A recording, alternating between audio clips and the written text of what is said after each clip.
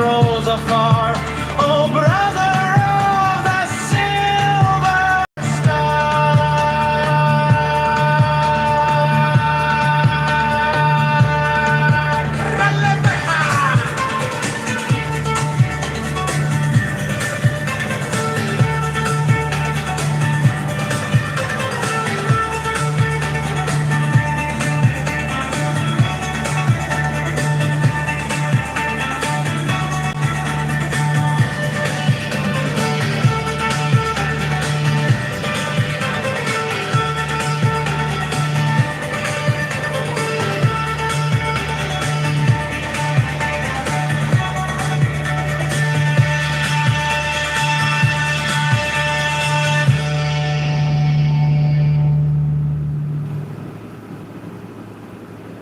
There are 7 keys to the great gate, being 8 in 1 and 1 in 8. First let the body of thee be still, bound by the cerements of will.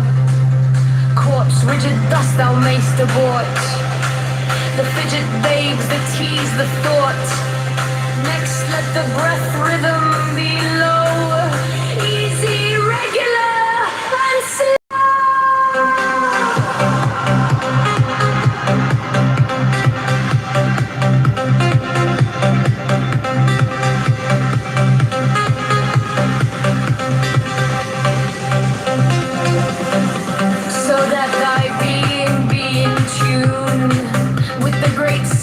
Pacific swoon.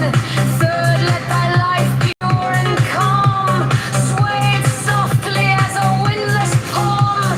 Fourth, let the will to live be bound to the one love of the profound. Fifth, let the thought divinely free from sense observers, entity. Watch every thought that springs in hands. Intense and keen, turned inward miss. No atom of analysis. Sixth on one thought, securely pinned.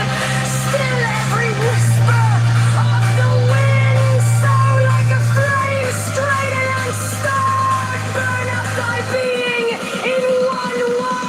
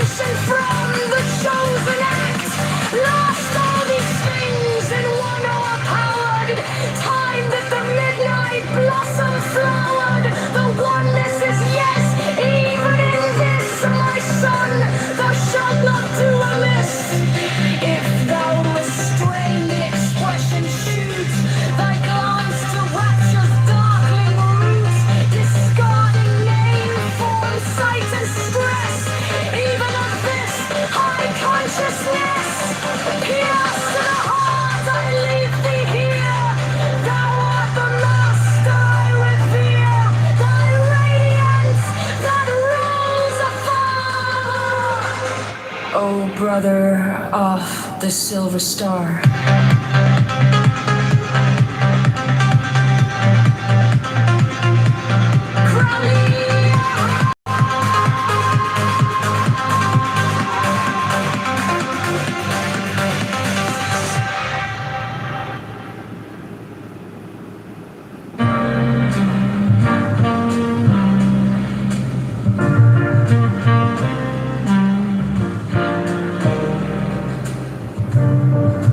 There are 7 keys to the great gate, being 8 in 1 and 1 in 8. First let the body of thee be still, bound by the cerements of will. Corpse rigid thus thou mayst abort the fidget babes that tease the thought. Next, let the breath rhythm be low, easy, regular, and slow, so that thy being be in tune with the great sea's Pacific swoon. Third, let thy life be pure and calm, swayed softly as a windless palm. Fourth, let the will to live be bound to the one love of the profound. Fifth, let the thought divinely free from sense observe its entity. Watch every thought that springs, enhance hour after hour thy vigilance, intense and keen, turned inward miss. No atom of analysis. Fixed on one thought securely pinned, still every whisper of the wind. So like a flame, straight and unstirred, burn up thy being in one word. Next, still that ecstasy prolong, thy meditation steep and strong. Slaying even God, should he distract thy attention from the chosen act. Blast all these things in one o'erpowered time that the midnight blossom flowered. The oneness is yet even in this, my son, thou shalt not do amiss. If thou restrain the expression shoot,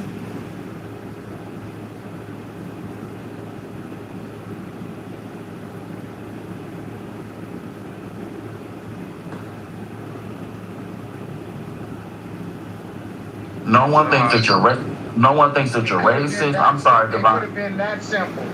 I'm gonna give it to you, Devon. I know you wanted to speak, but no one is coming to the conclusion or illusion that you're racist. No one is having to say, "Oh my God, everything is just racial." But let's just be honest, people.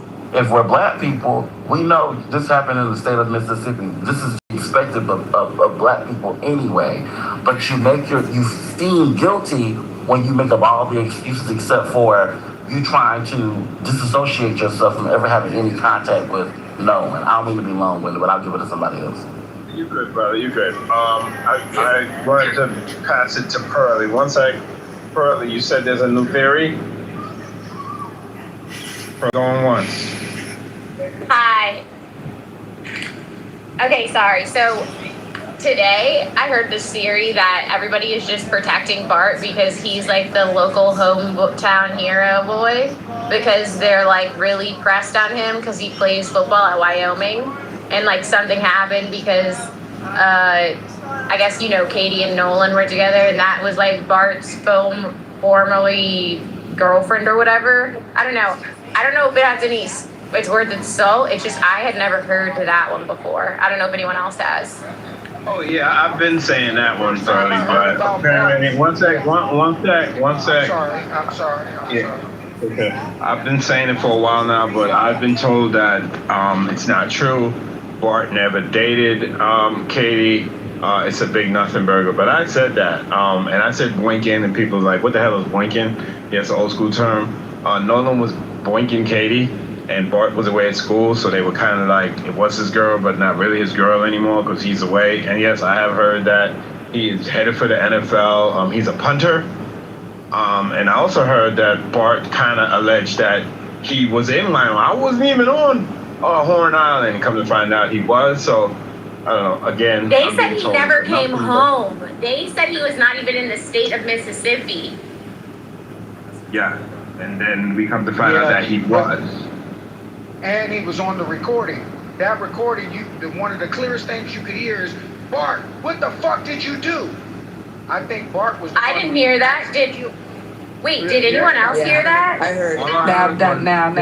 Now, listen. Now, What I heard. we all damn heard it. that. Don't do that. No. don't say We we heard, all heard damn it. it, Bart. We heard, damn it, Bart. That's what. There you go.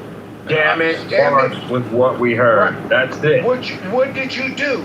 I heard, what did you do? No, I heard what did you do? Tomato, tomato. Bart was on that goddamn boat, and Bart is the one who probably killed him. And to be honest with you, nobody has said a goddamn thing about Bart. Another thing. Don't put too much dip on that chip, Total. Yeah, another thing with Bart, they said that Allegedly. Hey guys, real quick. I watch a lot of Law and Order, and I know the law. Hold on. Who was speaking? Y'all just was that LeBron? LeBron. Yeah, man. Man, that's been my culprit also at Bart got. And plus, they said that he has a history. His family's also was in the NFL, so he's one of these real privileged cats. And I think it's a situation where he probably got into a fight with Nolan and ended up you know like I go back to what the one lady was saying. You know, it may have been an accident, you know, but he fought it and he ended up killing him. And now it's a big cover up because none of the other friends want to go against Bart, you know, because Mississippi and because, you know, the situation. But I think it's going to end up coming out that Bart killed him. Bart haven't even heard anything from him. You didn't on any type of interviews. He's just out of the way. Interesting. That's a good point, LeBron. Yeah, real quick. What I was trying to say is, I know the law, and I watch a lot of Law and Order and all that. If somebody has the motive, somebody was with your girl, then they hear a voice, the person said your name. I don't care if he said, Bart, what are you doing? Or damn Bart, or damn Bart, give me my phone. Whatever he said, the guy who said that he was not there was there. He has motive. The number one motive be sex, a girl. And then on top of that, there's it's so much inconsistencies in the thing where the man didn't have his phone. A team never separates from their phone. So with all these things going on, and then the sheriff come out and say there's nothing to see here, no foul play, like in first quarter, that's ridiculous. King, how long you been a club ball detective, brother? Who is your lieutenant? Hold on, Toto. No, we're not quite. Don't do it, Concrete. We're not questioning people. We're talking about the clip. Let's go. Yeah, no, another thing. So the reason why it came out that people were saying that Bart was dating. Don't be first. The reason I'm not. We're two different people. Hold on, talking. The reason why it came out about the Bart and this girl dating is because there was a picture that went viral. But what ended up coming, everybody already identified who that girl was. But there's a bunch of pictures with him with a particular girl that, someone looks like her, but they went to high school together and they were dating. It's not Katie, y'all. You know something I thought about? You know, like when O.J. Simpson was on trial and all these other folks on trial, you know, there's usually a criminal attorney that will be involved that can bring up the criminal aspect of it. It's interesting to me that Ben Crumpley is the civil attorney. He's dealing with civil, so he's dealing with that civil suit and some money to get the family paid. But it's very interesting to me that the legal team hasn't gotten a criminal attorney that can handle that criminal side. It's just like they're going from the civil side, but there's no criminal Hello? attorney. Yeah, but why isn't there a criminal attorney on his team? Because why would there be a criminal attorney on his team? He's the victim. No, you don't understand what I'm saying. Ben Crump is coming from money for a civil suit to get money for the family. Why isn't there a criminal attorney? Why haven't they secured a criminal attorney that can the criminal side and bring these guys up and Because the state will do it. The state will do it. No, he's thinking about. The state will be the prosecutor. Yeah. One second. The state will prosecute the case. I know you hear me saying 1 second. So I learned today, many of us learned today, they do have a second, I don't recall his name. TT, can you help me? Is it Ahmad Smith? I think his name is Ahmad. There's a local attorney they have.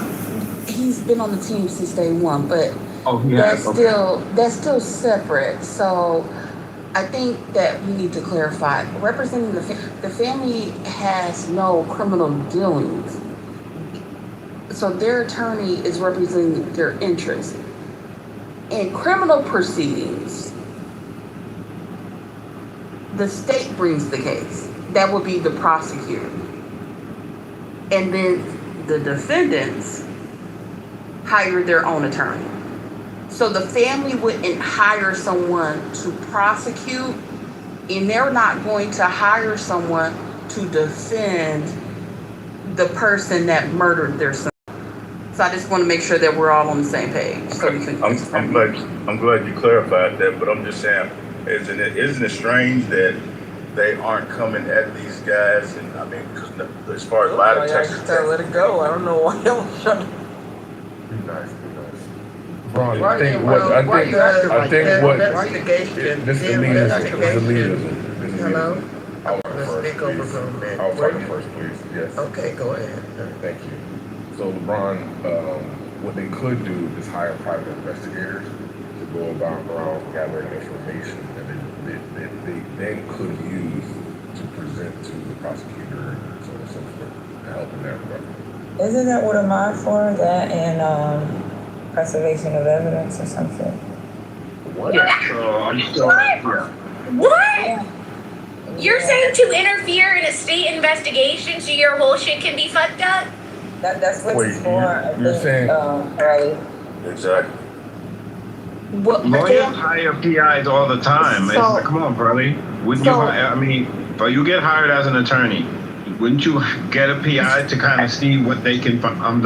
Wait, Divine, I think what Pearlie is saying is that, like, and correct me if I'm wrong, but I think the idea would be you would hire an attorney to manage the family as well as at the conclusion of any criminal case, any civil case that you might have, but you wouldn't necessarily want the attorney to interfere with the state because of like things like evidentiary rules and the chain of evidence.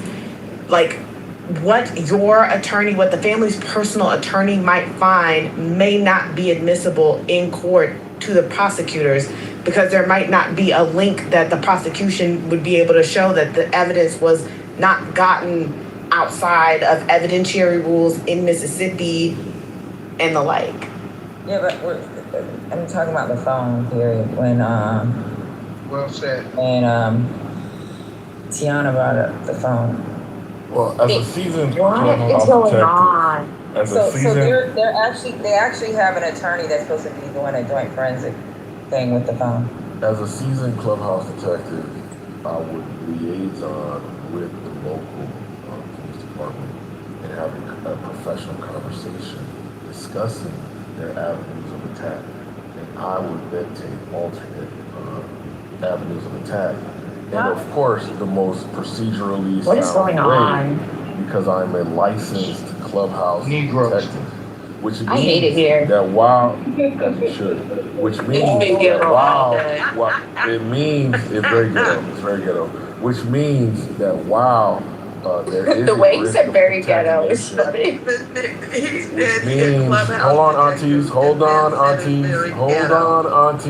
on aunties, which means that He's a while there is Negro. risk- one second aunties, which means that while there is a risk of stepping on toes and contamination or whatever, you would mitigate against that by having professional courtesy discussing ideas with the local. Just a normal. You do realize that police departments are like dick measuring contests? Which So is why they you get just upset. need So pause.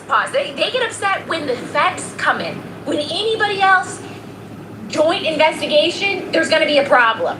You think they're letting private investigators anywhere near this? Not Can all y'all the be for time. real right now? Like, this is Not all so the time. disrespectful. It would be Not all illegal the to time. preclude So them. disrespectful. It would be illegal to try to hamper anything that they wanted to do that was well within the boundaries of the law. Like, what are you talking about? Now, You're just making stuff up. now, Pearlie, Yeah. you know She leaning on one side.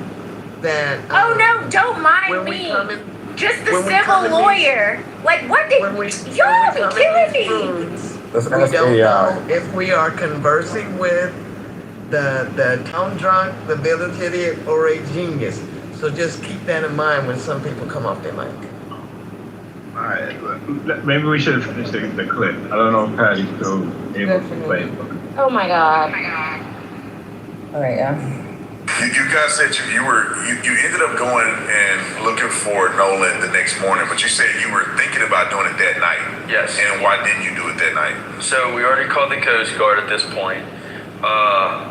We didn't have access to a boat that was already in the water ready to go, other than one that I'm just not allowed to use at all. And I was still this close to taking it out. I mean, I was right.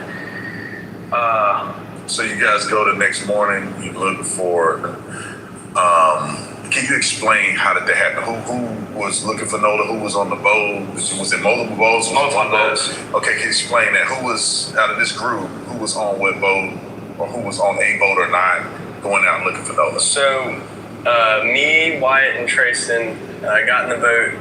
We got in the Palm Beach that morning, the morning after, and we rode out to the islands, and we were met by a DMR. It was 7 DMR boats already out there, DMR and park rangers. We talked to them, we gave them all of our information. They personally asked if any of us were on the boat with him that day. We told them yes. They just said, all right, well, I mean, we got the area scoped out. And then after that, we just went up to the beach. I think we met up with y'all in the water. I took my boat out with Jax. Yeah. A couple friends of mine, and then my mom and my stepdad. And They were out there too with you? correct. And I just met Morgan and Wyatt and Trayson and his girlfriend out there. And we actually, when I rolled up, I parked up next to Morgan and everybody was with him, and I was like, well, y'all can run around, or we all planned this out, Morgan was gonna run around the south side while we covered the north side, and we were just gonna try to cover as much ground as possible. But I mean, there were so many DMR boats and helicopters and drones and everything else out there. I don't really know what an 18 and a 25-foot bay boat was really gonna do. So I mean, we sat out there, we went for a couple hours, and we looked around and we searched, but we also don't fit the requirement that DMR has, the tools that DMR and United Cajun Navy and all these departments have to look for somebody. We didn't put that much of a help out, but yes, of course, we went out there, looked for a friend. That's not a question. Who else in the friend group was out there? Did you see Nolan's family? Did you see some of the other kids that showed up at your house? You see anybody else out there? We did see a couple of them. We met up with a coach that was previously Nolan's high school coach. We met up with him. They said that they had previously already been on the island. They walked a good bit down the island both ways, and they were just driving around the island like we were doing. And we eventually got off the island. We got on this rip current. It was going west out towards Ship Island, and then back towards Biloxi.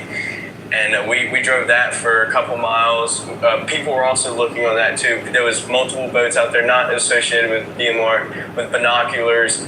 There was people fishing the rip, and we asked them, they rode it all the way from Ocean Springs all the way out to Horn Island, and we were like, did you see anything, blah, blah, blah? Because, I mean, if a person is floating in the water, treading water, they are going to be most likely in the rip. And that all comes into play with the washing machine. I mean, you got Horn Island. The washing machine for me. Horn Island and Ship Island. I mean, come like this, and then there's no island right here, so it just tons of water flows through, the tide goes out. I mean, sometimes it gets pretty gnarly in there, and it creates this big old pool, basically. Yeah. And I mean, if someone was floating, treading water out in the water, that's where they would be. They could be hung up. They could grab onto a log and float with a piece of driftwood or something, or they could find a channel marker or buoy and grab onto that. So I mean, there was just main keys that you search for, like when you're trying to search for a missing person that has to do with water. And I mean, it's either the island, the buoys, or the rip. And then after that, there's not really anything else you can do.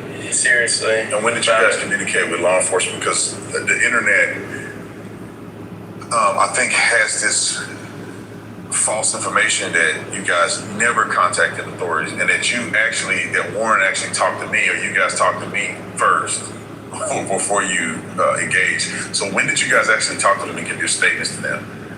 So as soon as we got off the water from searching for Nolan, which is on the day of the 5th? Yeah, the 5th. As soon as we got off the water, I got a phone call. I believe he got a phone call too. Yeah, I got a phone call while we were out there. I got a phone call as well. So basically what it was saying was, hey, take a few questions over the phone, answer the questions, and then they had a date for us to come in for actual questioning. Okay. And mine was the 6th. There's like the next day or something like that, you know. I think theirs was 2. I believe mine was the 7th. I would like to say, but not for sure. But mine was around, regardless. like we all cooperated fully. It's not like we had something. Yeah, like full cooperation from the start. Yeah, really. And how deep did they go in this interview with you guys? They asked all the. I mean, they asked. I mean, how long was the interview? Like, was it an hour and a half? I dotted I crossed every. Yeah. I told my friends, like, listen, go in there and like say every detail, like even what you ate for breakfast that morning. It doesn't matter everything you have, because like anything can help. You literally never know. And like it's what we all did. Like we all cooperated. We all wanted to help. We all did everything that we could to help. Regardless of the situation. It's not like we just Hey, just real quick, isn't it interesting that they dotted every I, crossed every T, but none of them can answer exactly which day they analyze this, but it's like, look, the laws of physics can be what they are on my analysis, where it's like, this is just saying, if you left the physical stuff alone, here's what it would do. That's all still true at these universes with deviant constants, where God, poofs the bunny rabbit, None of that is false. And you might say, well, isn't the bunny rabbit like a supernatural entity at that world? And it's like, yeah, maybe. But so what, Yeah, not too much time. That's the semantic point. Yeah. That's kind of the semantic point where it doesn't. Yeah. Well, okay, wait. I might come back to that, but I just want to say, probably more likely what they're going to say about this is that, there are all these options, perhaps, for how you might get life, either on design or non-design, and there are more of them than you might think there are, just looking at which ones are quote unquote life permitting in this sense that they describe. Okay, because you could get life or complex structures at other sorts of or anything, maybe because it's actually the way I run it pushes it to any other feature where it's basically the constants can't stop God from getting that stuff. Yeah, but I suspect what they would say, and I'm sure Miles would say something like this, but I don't necessarily want to put words in his mouth, is that true, but if you look at the likelihood that you would get that value at non-designed worlds, even keep taking into account that their value or whatever could obtain at worlds that aren't life putting in the sense, it's still going to be way smaller than the likelihood that you would get value at designed worlds, even though the design world could achieve it by. That's where you move into this. like so when I first run the argument, what I want to do is get to the relative likelihood premise being false of the original fine-tuning argument and say, okay, well, if God is indifferent across the constants because like life permitting constants are neither they're not going to want to say he's indifferent across the constants because right. So that's still Then they're still in the first stage of the argument because for me the idea is to do it as like they want to run it. The more sophisticated people want to run the argument as like value selection, okay. And I want to say, okay, but then we can talk about, on theism, what is the value of the constants falling in this range, where like structures could form if you left the physical stuff alone, right? So the idea is like that there isn't actually a reason to think that would be especially valuable to God, construed as like omnitheism or perfect being theism or classical theism. And the reason is because constants like that are neither intrinsically valuable nor are they in any sort of sensible way like instrumental to other things of value that God might want to achieve, right? Because no, but they're gonna deny that. So like they're usually gonna say something like, no, but it is valuable to have constants and laws like that because having a sort of regular, more or less predictable world and something. Yeah, but I'm arguing you would still actually. A regular world is already background because all the worlds are regular. They all have the same law structure. They just have different constants, which presumably you could learn if God gave you the right epistemic faculties. Let's say, right? They have to be fairly irregular, at least when it comes to the realization of these valuable things, right? If we're talking about worlds which are not life permitting, but nevertheless life obtains, or something else. It depends what you mean. Like they might be recognizable as supernatural or miracles or something like that. Maybe not perfectly. Like so, you would still only be able to have credences associated with that or whatever, as close to certainty. But I mean, you might be able to recognize that they're great miracles, but I don't. Like this, why does the scale of the miracle matter? Like I don't understand.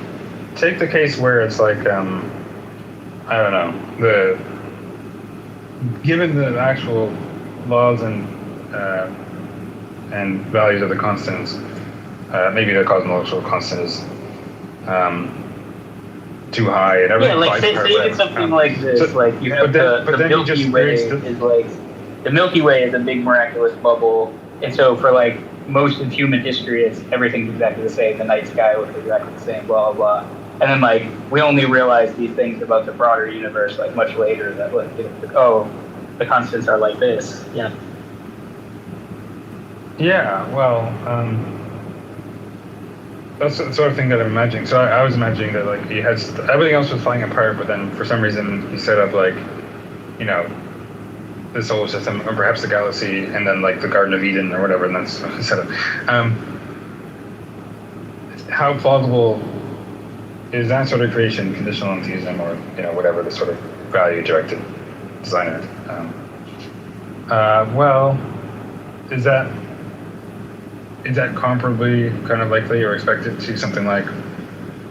Well, it didn't make them sort of discontinuous in this way. It was just all part of a more or less regular universe, in the way that we actually take it to be. I think there's a case to be made that it's not it's sort of unnecessarily more complex, and at least it makes things epistemically more inaccessible to us. Like it might be hard to tell like what's going on apart from the little bubble and so on. I don't know. Like I guess of course it's possible. And so you should just discount it altogether. But the point for me is just like, okay, unless somebody can draw this kind of instrumental connection between the constants taking certain values and something valuable to God, where it's like, okay, and I'm not being strict here about instrumental. I don't mean like it requires it or something like that. Maybe just even some explanation of how it's the best available like means. Because like, and that's even granting too much to an omnipotent God too, right? Because it's like, okay, if it's a means to an end, like he's omnipotent, why does he do that? But okay, maybe I grant that. I'm like, okay, there's value in certain ways of doing things or something like that, you know. Why this, you know, and it kind of falls under the umbrella of like, why does it seem, even just granting all their like divine hiddenness apologetics, okay, why is like naturalism this like epistemic screen that God chooses to use? Why is this like the veil where it's like, it looks like naturalism might be the case, you know? It could have easily looked like naturalism was false. Like there could have been wizards, all kinds of, I mean, maybe we want to haggle about semantics of naturalism, but like, you know, could have been living in Harry Potter world here or something, you know? And it's like, okay, of all the worlds that, you know, God would still be just as hidden in worlds like that where it was kind of clear naturalism wasn't right, you know? So I don't know, there just seems to be this weird bias that because evidence is sort of compatible with naturalism, that just becomes the foil, the epistemic foil of God when he's hiding, you know? Like I just find that strange. I don't know how to put that in a kind of, you know, forceful way to debate, you know, but I wish some. Yeah. Maybe.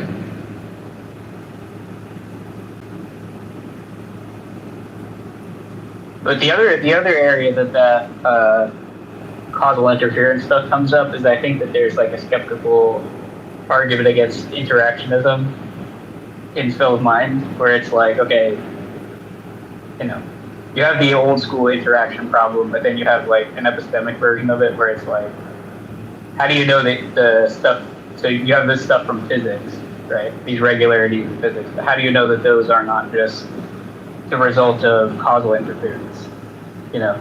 And it could be systematic causal interference between physical and non-physical stuff. But the idea is like, until you tell me why I should think that the interaction is kind of localized to the brain, you know, you have to like, you kind of have to piggyback on the physics stuff, you know, in order to then say, you know, the interference is localized to the brain. Like, why should I think it's not rampant, you know, throughout the universe, you know? And the idea is like, there could be an ideal theory of physics which tells you this is what the physical stuff would do if there was no interference, right? But when you're making predictions, the idea is that a candidate theory could make a successful prediction, but only due to interference, right? And you would like naively confirm that, but you'd actually be confirming a theory that is not what the ideal theory says would happen, right? Yeah. So there's like a whole skeptical worry there, where it's like, until you answer, you know, how and where and how, to what degree there is interference, you can't tell me what the theory of physics even is. Yeah. Maybe. Hang on one second.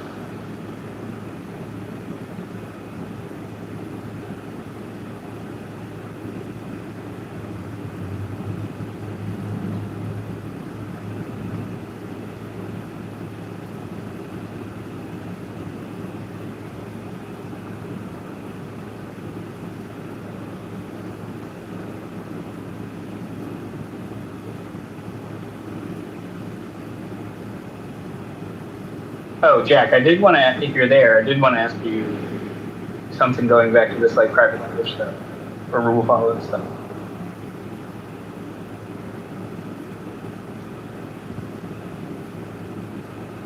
Yep. Yeah, he's not there now. Bro. Yeah. It's just discriminating against you. I mean, basically, I wanted to ask him what he thinks, because like, I like what Kripke said. Hey, were you talking to me? Oh, there you go. Yeah, sorry. Yeah, I wanted to ask you a question about the rule following stuff. Wait, let me just switch to Wi-Fi 1 second.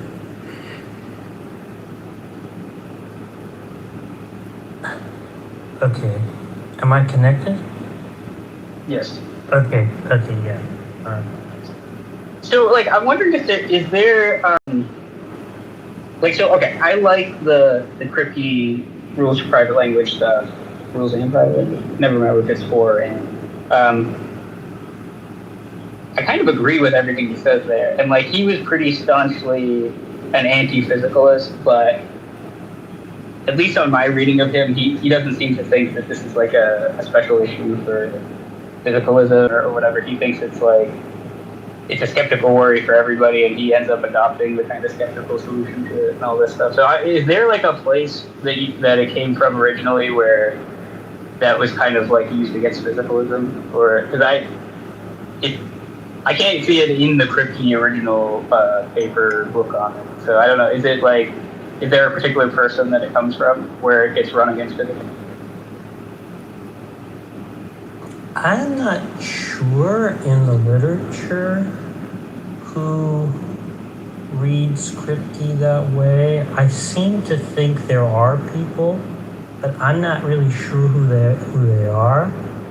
I mean, Bill Gramy says that rule-following considerations show that can't be an analytic identity between the normative and the natural or something like that. But he doesn't think it shows that there couldn't be a synthetic identity. So I'm not sure who in the literature thinks it's like stronger than that, but there probably are.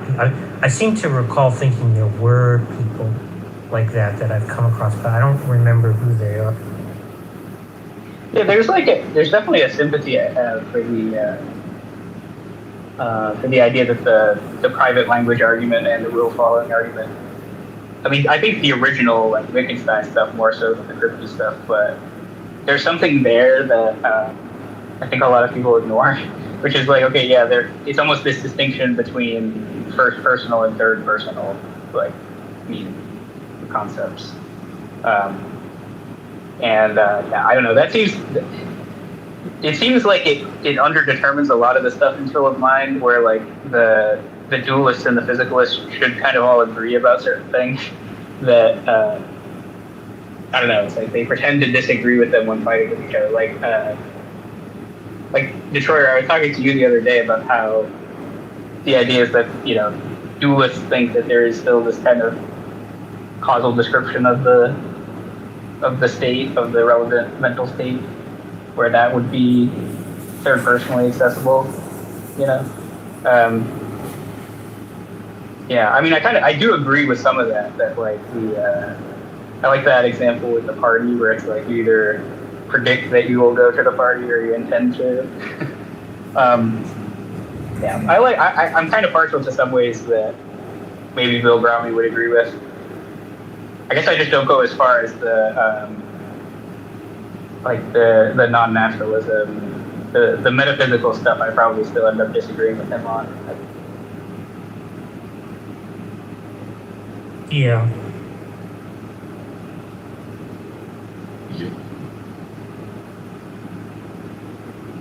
Yo, Rody. What's going on, man? I'm playing chess too much. Playing chess too much? Yeah. I don't know. Have you been losing a bunch? Been a bunch. Now I'm like 19, 20. With chess. Pretty good. Oh, pretty good. Still not. I'm still not. Well, it's on the board. I think it's board like 5 minutes. Well, the 5 minutes is Blitz. No. Yeah, Blitz. I like the 5 minutes. 10 minutes is too much. I think it's funny that they call a 10-minute round. Like that should slow it down. That's what I.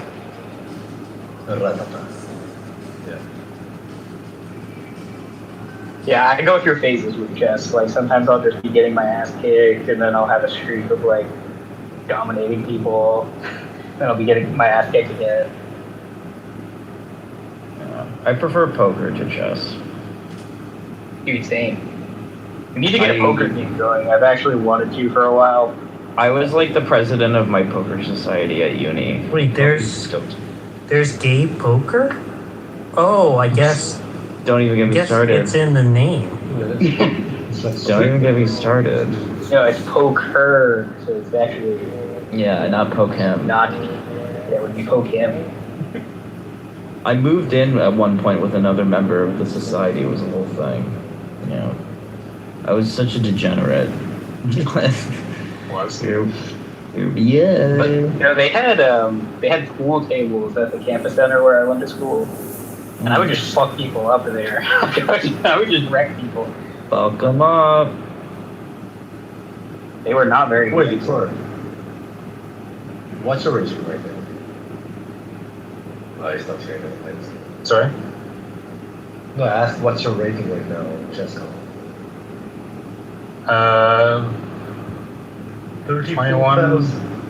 21-ish, something like that.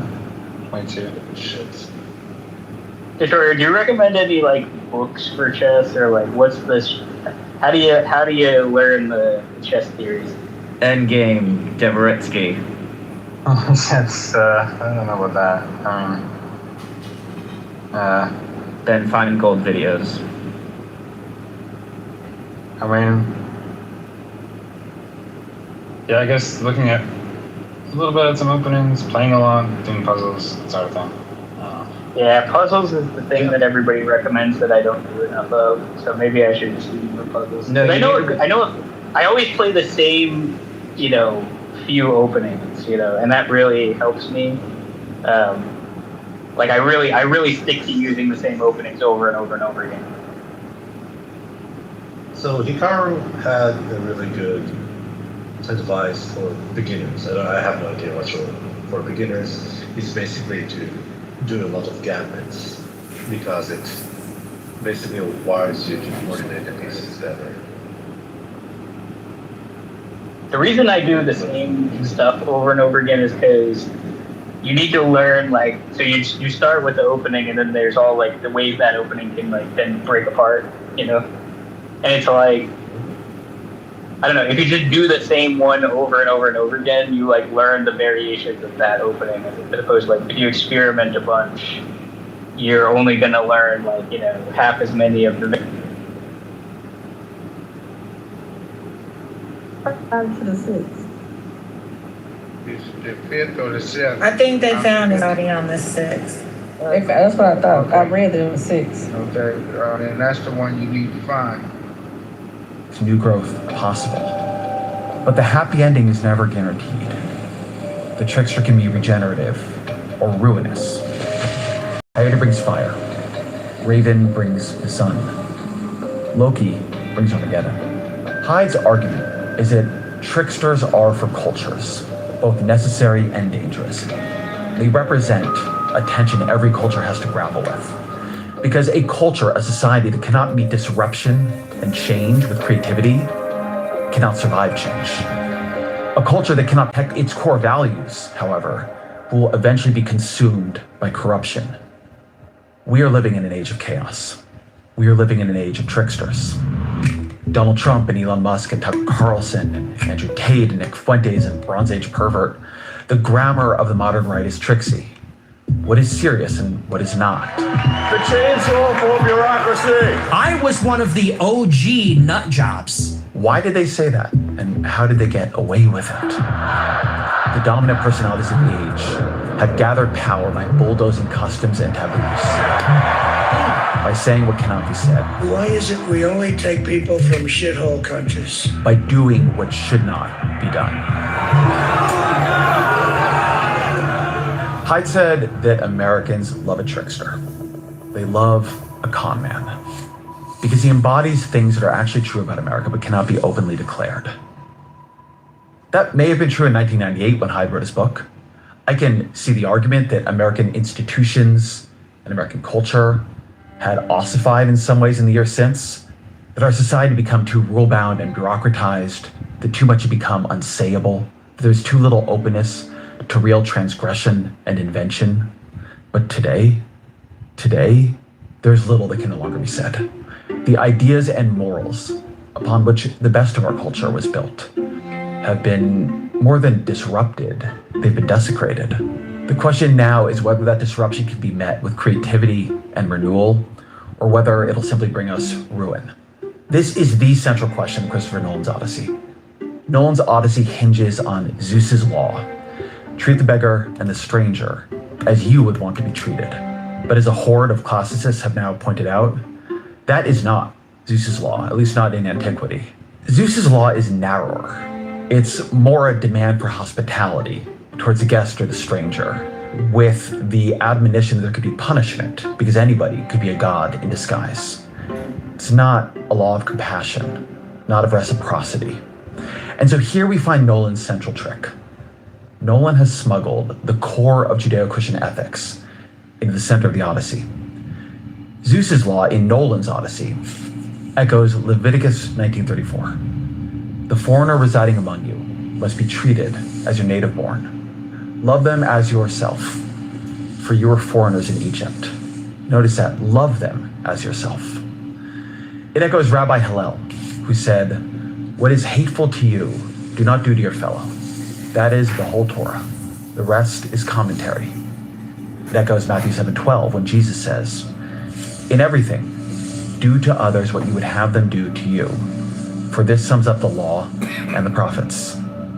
Such an ethic is demanding. Few of us truly live up to it. But the problem with the modern right is not that they don't live up to it. It's that they detest it.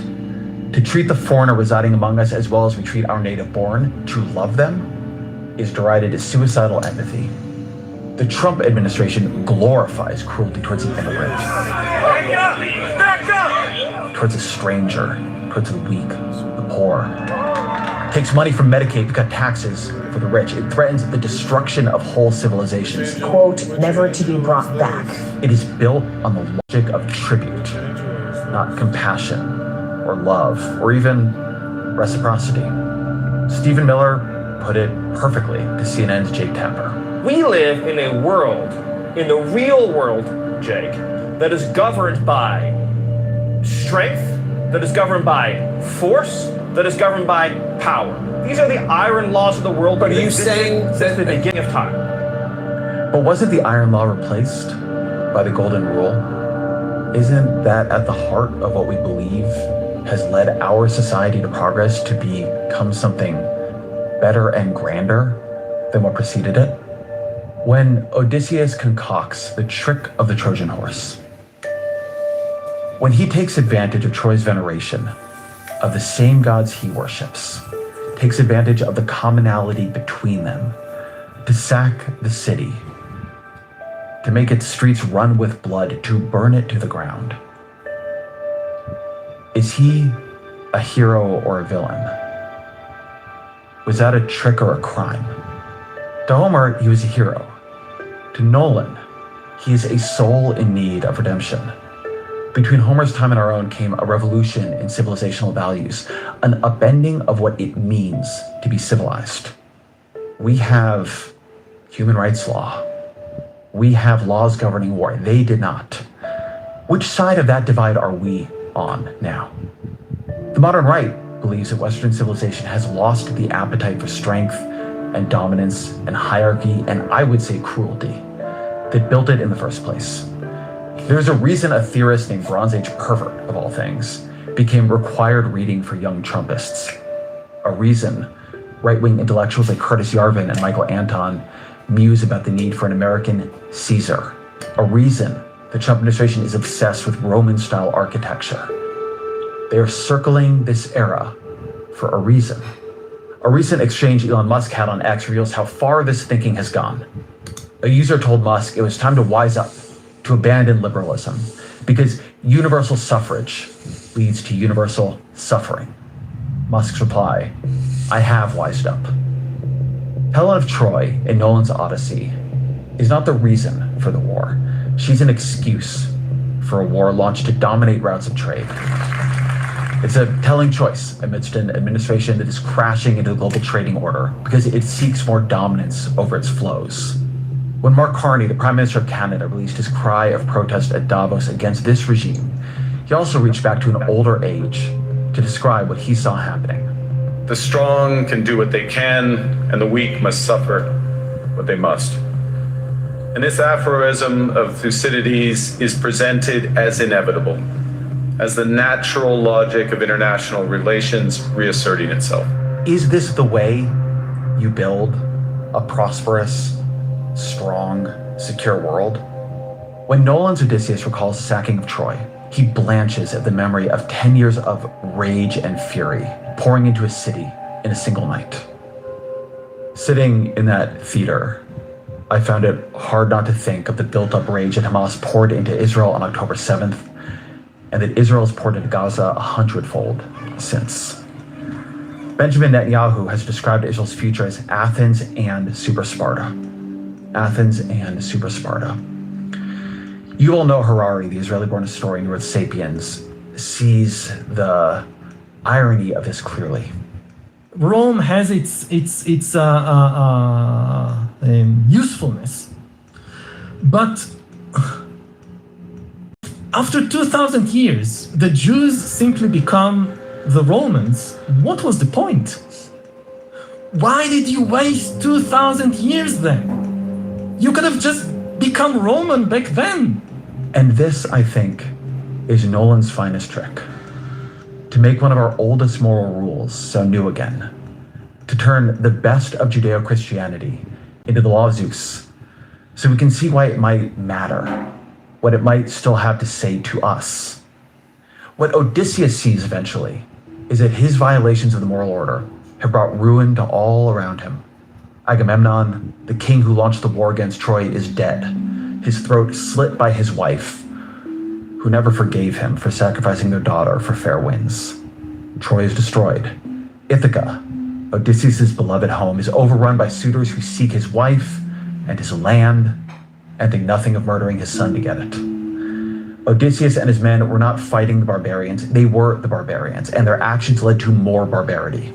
So too has the political movement in our time that rose promising to make Western civilization great again, America great again, betrayed its inheritance. You're gambling with World War III. And what you're doing is very disrespectful to the country, this country. The world looks at America now and sees us as the barbarians. We are the country obliterating the global order. We are the country that takes what we want and demands tribute from those without the strength to resist. And what the political opposition has to do now is to recognize what Nolan recognized. That it is actually an affirmation of our core values to say cruelty is weakness. It is only compassion and reciprocity that can build a durable and decent society. Order is necessary, but order without ethics and decency is perversion or authoritarianism. There is so much beauty and wisdom in the injunction to avoid inflicting on others what we would not see turned against us, in remembering that we were strangers in the land of Egypt. Oh, isn't that nice? At the end of his book, Hyde considers, when does a trickster's tale end in ruin? And when does it end in regeneration? And his answer is when you cannot rejoin the worlds. Loki is bound beneath the earth, poison dripped on him for eternity. And eventually Armageddon is the result. Ruin. Hermes, in Greek mythology, becomes the connector between our world and the underworld. He is the one who guides Persephone in spring to return each year. It is only when severed worlds can be bonded that cultures can rediscover their strength. I don't want to make this too didactic here at the end, so I'll just say this. Justice and progress in America have come repeatedly when those seeking it realize that the language of the Torah, of the Bible, and of the Declaration of Independence can be wielded on behalf of a better world, that they are agents for change, not for the status quo. I would say it has been some time since religion and liberalism and patriotism had a comfortable relationship in this country, since they were tightly bonded. But the shape of the modern right has created space to do that work again. Regeneration is hard. It requires seeing old values in new ways. It requires recognizing a moral inheritance that has collapsed into cliche can still hold power in an age when it has been debased and forgotten. Nolan's Odysseus is not a trickster. He's a man living in the ruins brought about by tricksters. So too are we. This movie, the hunger for it, I think is a sign that the age of the trickster is ending. That is not what we need now. Now we need those who would remake It's ending. It's all over. There's never gonna be no more tricksters.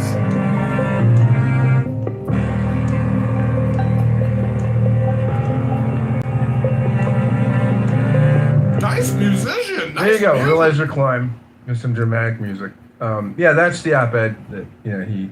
I guess they transcribed it from the video. But there you go, Normo. There's the piece. Very nice guy. Well, I don't even know if it was a good try. I mean, I didn't even like the music, to be honest. You don't think that his critique of I felt like his critique, especially of like why how you could compare that to like modern day. I know he mentioned like Michael Anton. Who's that other guy? Bronze Age Can't even pervert. get a statement out that's coherent. I mean, when you're talking about like the golden rule and I guess when you try to compare that to Christianity, if you look at like what our Pope says, for example, it can't even pretty make much one condemns, sentence. A lot of the rhetoric that a lot of these people would have. Like it's Well, the not, Pope was against war, and I think that's his job. He's the Pope. No, well, okay, so for example, to be cruel or to mistreat foreigners, for example, the Pope is totally against that. Yeah, I agree. I mean, you guys are great candidates to speak for the Pope. Please continue. Well, Pope is Catholic, so I mean, he has some insight into it. I mean, I have beliefs that go against the Catholic Church, but it's pretty clear that the stances that a lot of people would that hold, and of course he brought up many of them were Jewish. Who is that? Stephen Miller. Stephen Miller. I think he's a non-Jewish Jew, though. I may have converted. I'm not sure.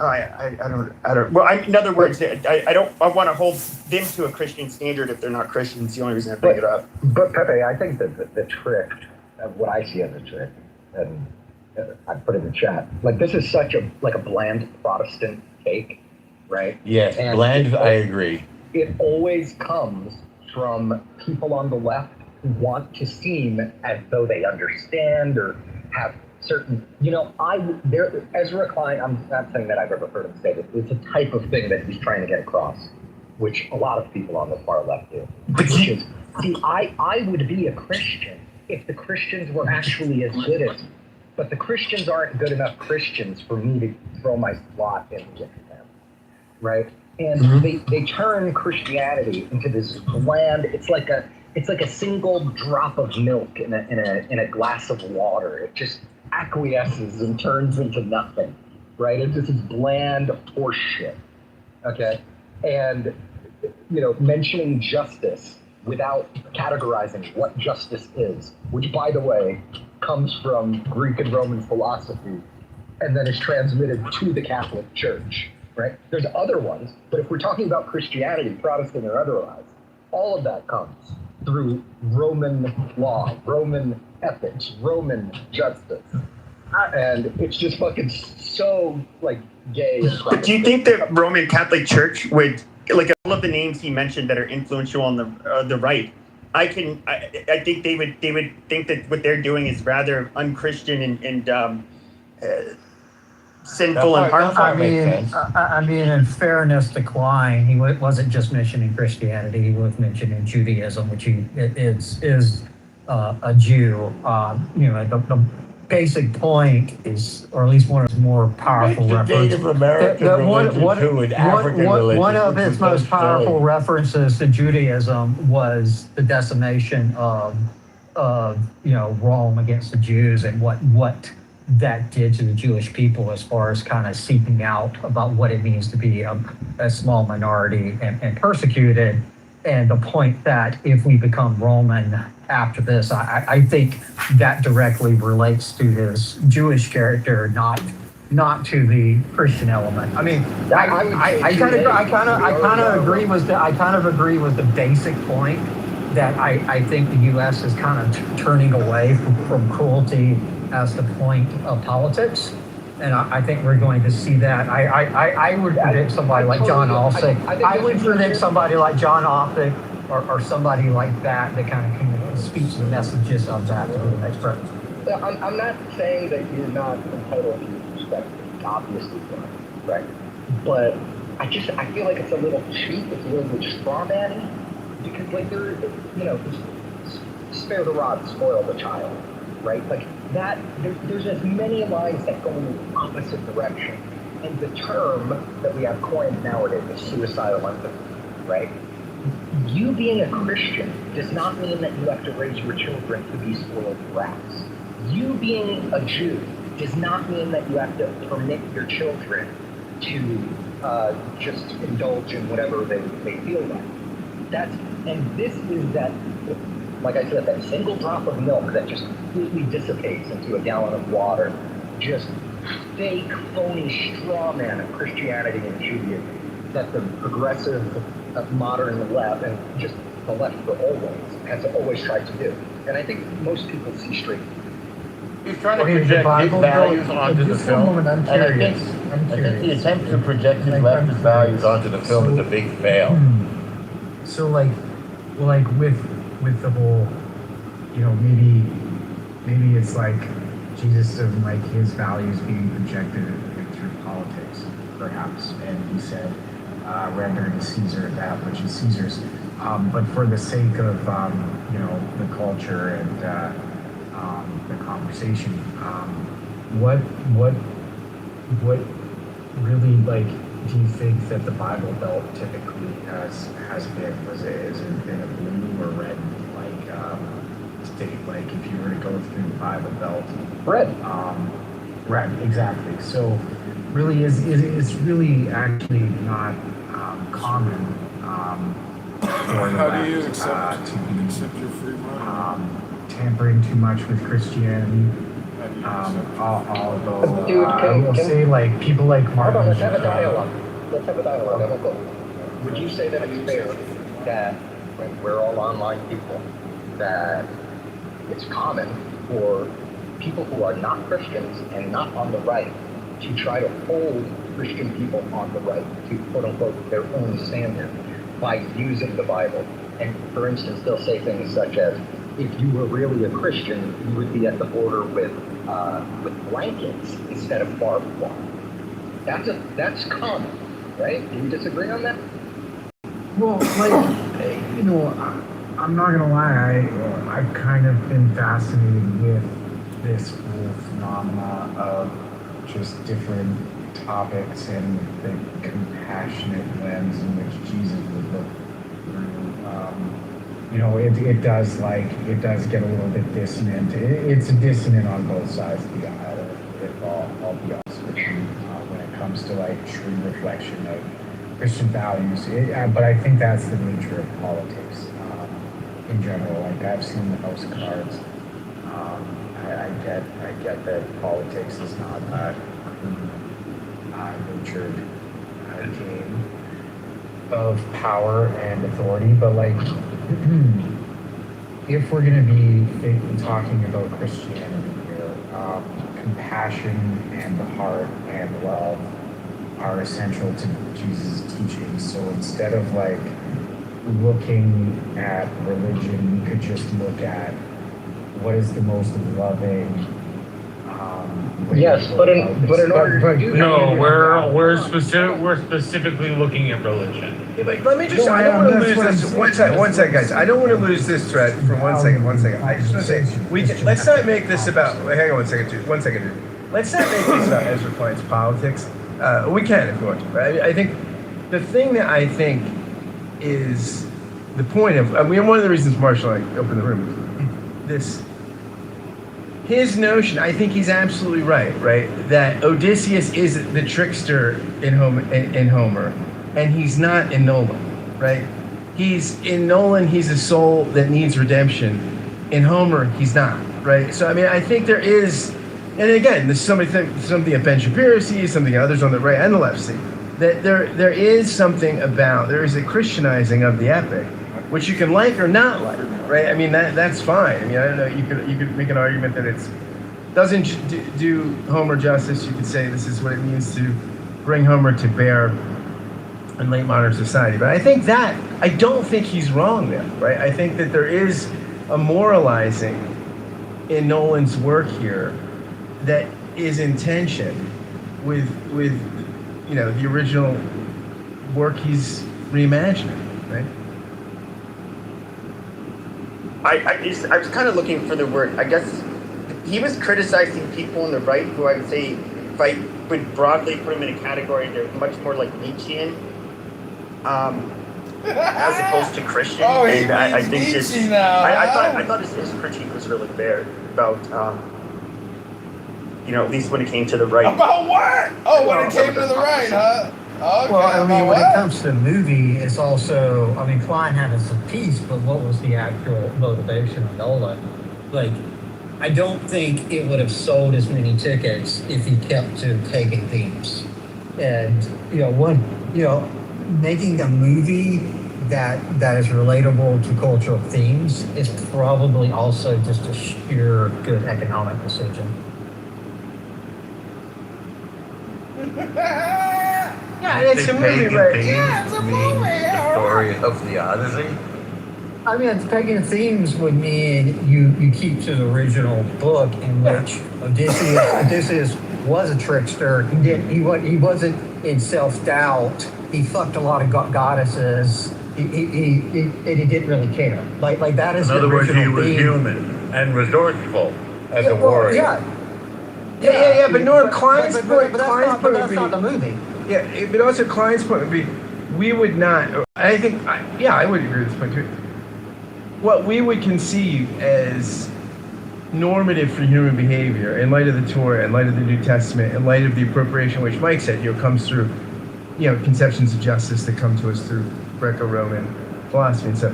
We would say that these things are an advance on what Odysseus, on the kind of humanity he embodies, right? There's an advance in civilization that would make being human in Odysseus' way now a regression.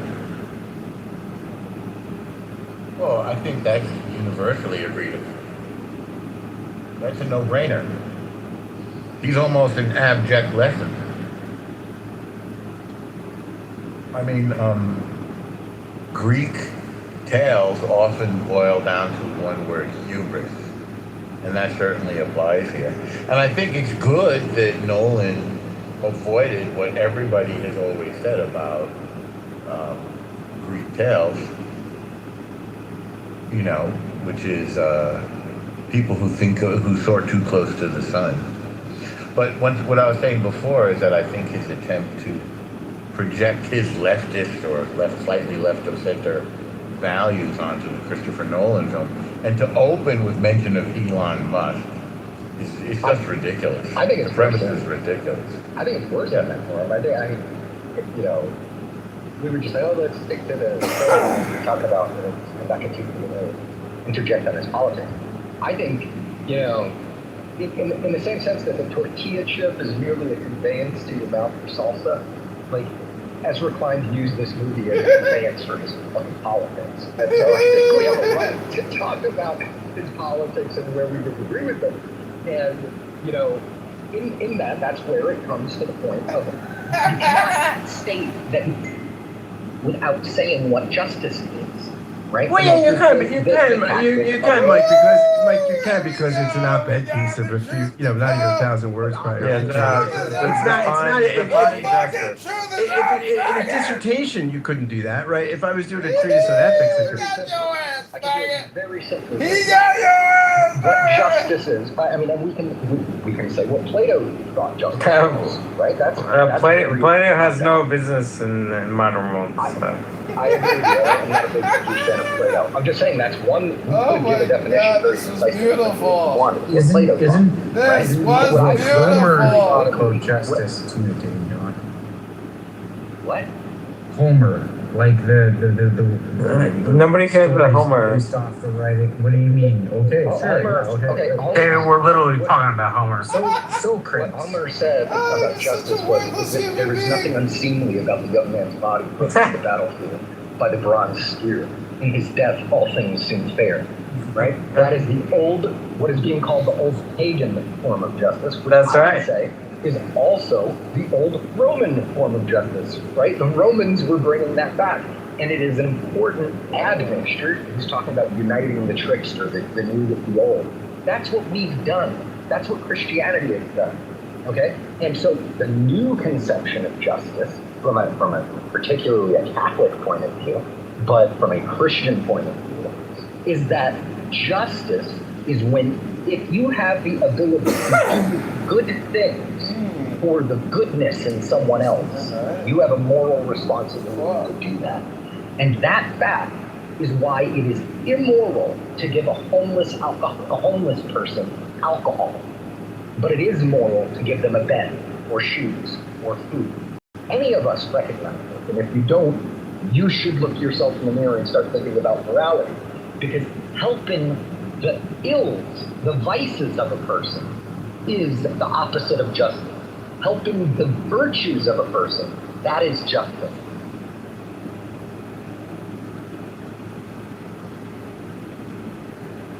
But the left wants to get on every fucking social media app.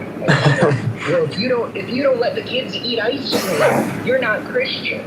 If you don't let your fucking grandma throw herself off a bridge, you're not Christian. Your grandma wants to throw herself off. You don't let us kill kids. Well, be nice. In the womb, you're not a Christian.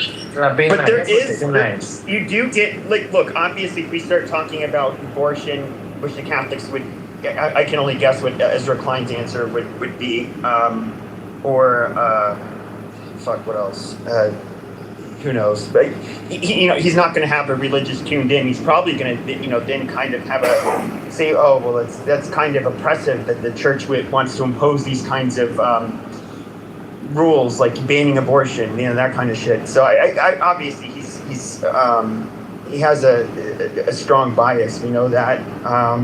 But I still, I do think that, it's a lot of what we see on the right today, they're not, despite them even saying they're Christian and how Christian they are and how important Christianity is, I think most of them are kind of full of shit, just to be honest with you. Just as I've always known kids I grew up with that are still religious to this day, and they just don't, I don't see that. I don't see them ever proposing the kinds of things they will propose, and I don't know. It's what the fuck is Christian about Trump? Even. Well, and it's a lot of straw manning of a case Klein didn't make, and ignoring the quotes from people like Stephen Miller of the case that even Miller of the case that this administration did make, because the case that this administration is making is more of the older case of might makes right, and the weak must suffer what they must. Yeah, which is fair, but I also don't think I think it's a little intellectually dishonest to say, well, he didn't fully define what justice is. He didn't. And we have all these left people saying you must give your child ice cream. But Stephen Miller you have all these left people saying you must feed your child ice cream to be a good Christian. Yeah. I just think that's kind of a bullshit argument, frankly. Okay, but if you look at Stephen Miller, he is a white nationalist. He is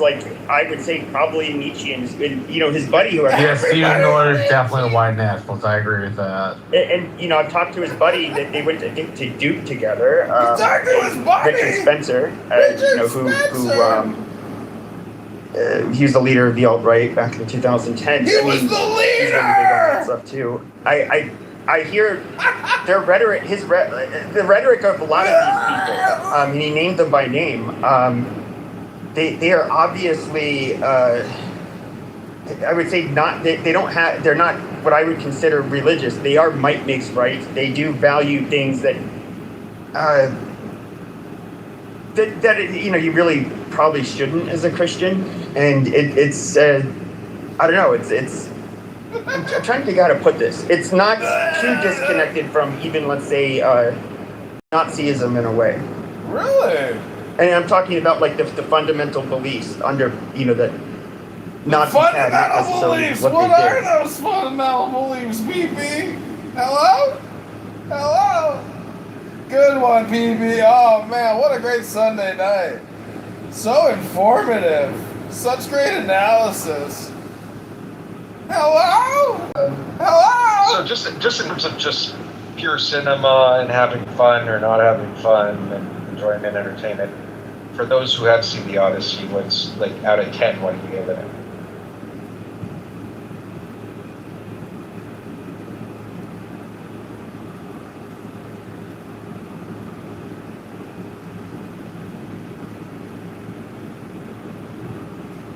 Has anyone seen The Odyssey? Yes. Of course I you loved saw it. I thought it was an amazing story. It was an amazing. What about the film? It was an amazing story. Marshall, the film. Hello? Oh, what about it? Like, what did you think of the film? Oh, I liked it. It was an amazing story. I liked it a lot.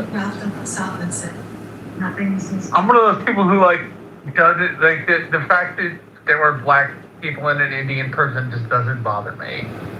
Like, okay, great. Like, they're stand-ins for the people who would have originally done it. I'm not all that bothered by it. Right? It's Americans producing a movie about something that's Greek and European. Right? Like, you're obviously going to get an American perspective when you produce it. Norm, what did you think of it? Did you see The Odyssey? Did you like it? Oh, well, of course I loved it. I would say it's almost impossible not to love it. I also thought the first 90 minutes were virtually unwatchable. And I was like, get me out of here. And then when it came to the homecoming, which is really, I think, the emotional center of the film, I loved it. I loved him. Anne Hathaway. I thought Pattinson was adequate. I could not see the relevance of much of the other stuff. I thought the adventures were poorly represented. I thought the giant thing, I guess, was meant to be Nolan-esque action. I somehow it didn't work. There were way too many scenes of him just floating on the waves again. Like, enough already. I get it. He was at sea for 10 years, but we don't have to see 10 years of shots of him on the sea. But I think Damon is a terrific actor. I think this was his best role. I think he'll get Best Actor for this. I don't think Nolan will get Best Picture, but, the year is young. We'll see. Hathaway's amazing. Is it Leguizamo who played the mentor? Does anybody remember who played the mentor? Yeah. The old guy, that's blind. Yeah. He was. I thought that was John Leguizamo.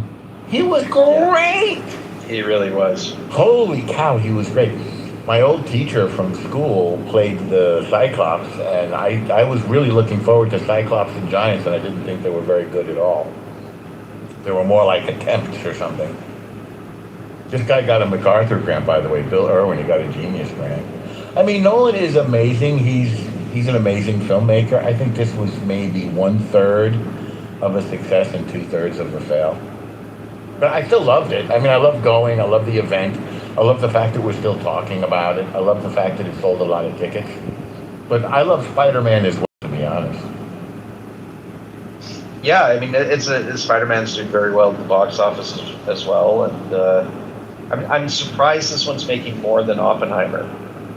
I didn't expect that, but it's blown past Oppenheimer. Look at it as those tickets. Plus, there's the event aspect of it, which people are looking for. Right? I mean, Oppenheimer, you're still coming out of the pandemic. It was the movie that got us out of our homes and into the theater. And this is like, you've got to see it in 70 millimeter. Not that I haven't. I saw it on a conventional screen. But, I mean, it's a must-see, right? Yeah. Do you like films as much as you like politics, or not really? No, I love films more than I Wow. like politics. Yeah. You have some good taste. You should connect with Roy. I know she kept calling you Canada or something, but she really liked hearing your stuff. Yeah, I thought I just a lot of this film screamed. I saw a lot of Kurosawa in it, and I liked it, and I liked how the minimalism. It was clean and minimal aesthetic. I came to appreciate the space. Refuse to do digital. He spent a bunch of money, used practical effects, but it was money is easy. You know, I didn't think that the settings were obviously the actual rooms, and they looked like rooms to me. They didn't look like they were, contemporary settings. Look, I could, yeah. I mean, I don't want. That's because they actually filmed in Greece. I understand that, but they were obviously ruins. So. Yeah, but nobody cares about the Odyssey, right? The Odyssey. Yes, we do. That's David. That's what we're talking about. We do care. If you would like to be in the conversation, great. If you just want to listen, that's also great. Yeah, but with all due respect, we're not doing this. Hey, Tommy, what's up, dude? With utmost no respect to you, David. How dare you? You can suck a fat chode, dude. Whoa! Wow. Okay. Wait, Marshall, that's not funny. That's not funny. Yeah, that's hilarious, bro. That's really funny. No, I feel like I was being bullied. I'm being bullied. No, you're drunk and you're talking on the mic. He should apologize. He should apologize. David, you're drunk. I can tell.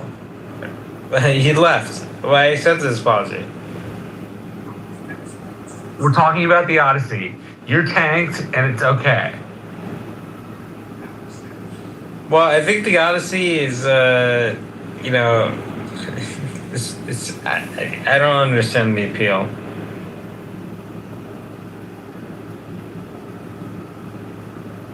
Now Like, I want to watch it just to see what all the hype's about. A lot more curious now. Yeah, I think it's like it's whatever. I don't understand the appeal. What is all the hype about? What's all the hype about? I'm just curious, Adam. So are you from Europe? No, Adam is our great neighbor to the north. Oh, I thought he said he was a European citizen. No, half European. Docs. That's cool. Why is it cool? It's half European, so it doesn't matter. It doesn't matter whether I'm not from Europe, so it's not like Why'd you say it's cool? I don't know. I mean, it's cool to meet But people that's from the different thing places. you say after somebody tells you where they're from. Oh, that's really cool. I wonder if there are any cool stories from there. Like, I've never met somebody from like Papua New Guinea or Papua New Guinea. Thank you, David. David. It's kind of cool to meet someone from there since I haven't. A lot of things.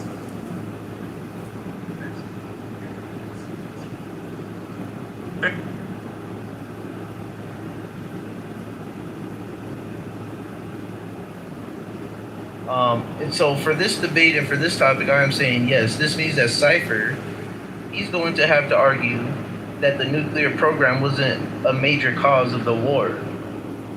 Yet he's going to have to argue why preventing Iran from obtaining nuclear weapons did not become such a central justification for war and military actions that we've done.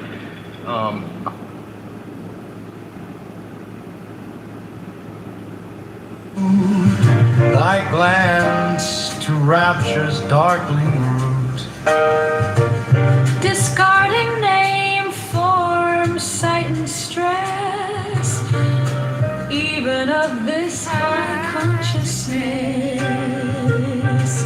Pierced to the heart, I leave thee here.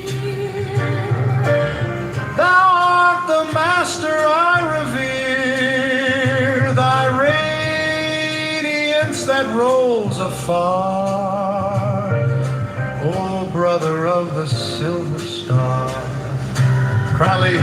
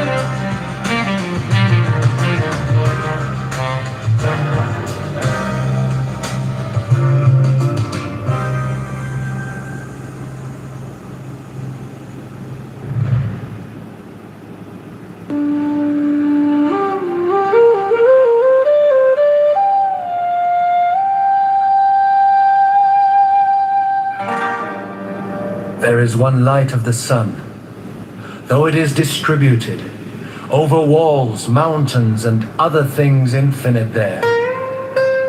There is one common substance, though it is distributed among countless bodies which have their several qualities.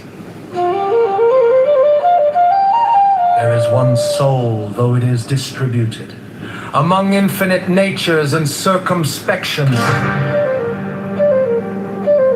There is one intelligent soul, though it seems to be divided now in the things which have been mentioned, all the other parts, such as those which are air and substance, are without sensation and have no fellowship. And yet even these parts the intelligent principle holds together, and the gravitate to him towards the same.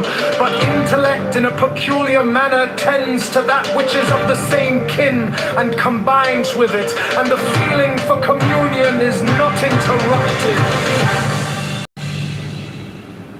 Man, thou hast been a citizen in this great state. What difference does it make to thee whether for 5 years? For that which is conformable to the laws is just for all. Where is the hardship then, if no tyrant nor yet an unjust judge sends thee away from the state, but nature who brought thee into it? The same as if a praetor who has employed an actor dismisses him from the stage. But I have not finished the 5 acts, but only 3 of them. Thou sayest well, but in life the 3 acts of a whole drama, for what shall be a complete drama is the time maiden, who was once the cause of its composition and now of its dissolution. But thou art the cause of neither depart then satisfied, for he also who releases thee is satisfied.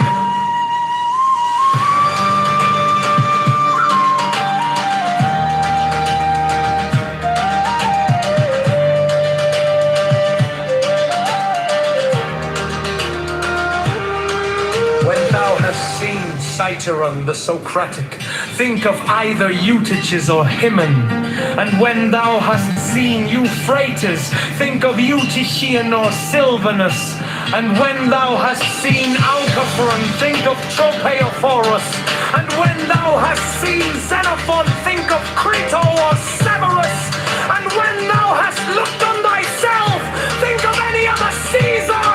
And in the case of every one doing like murder, then let this thought be in thy mind. Where then are those men?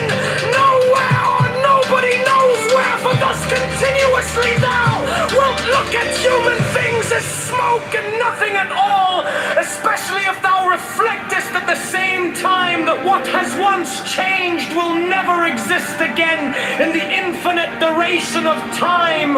But thou, in what a brief space of time is thy existence, and why art thou not content to pass through this short time in an orderly way? What matter and opportunity for thy activity art thou avoiding? For what else are all these things except exercises for the reason, when it has viewed carefully and by examination into their nature the things which happen in life? Persevere then until thou shalt have made these things thy own, as the stomach which is strengthened makes all things its own, as the blazing fire makes flame and brightness,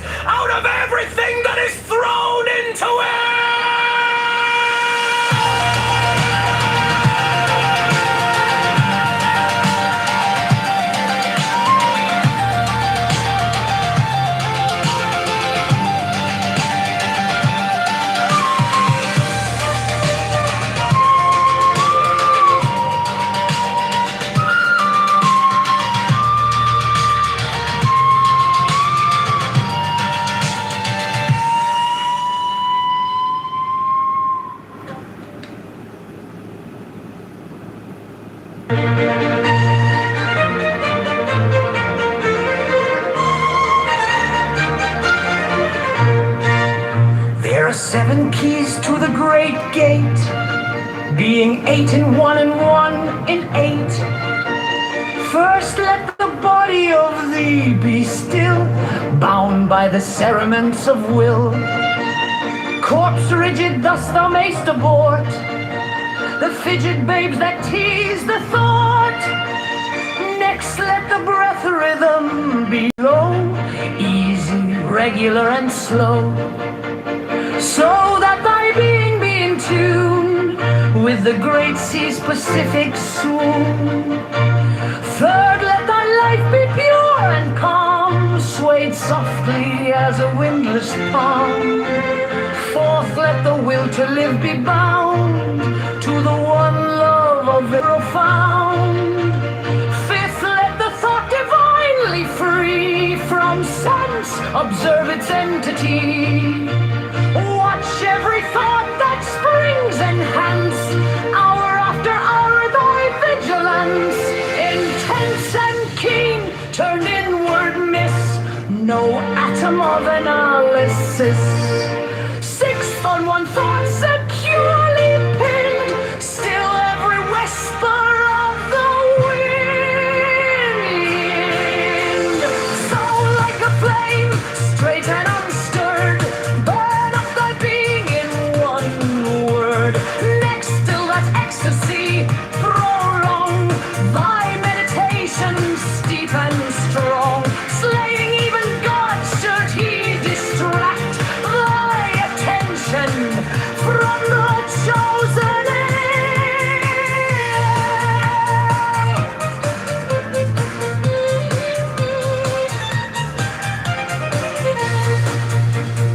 last, all these things in one o'erpowered time that the midnight blossom flowered.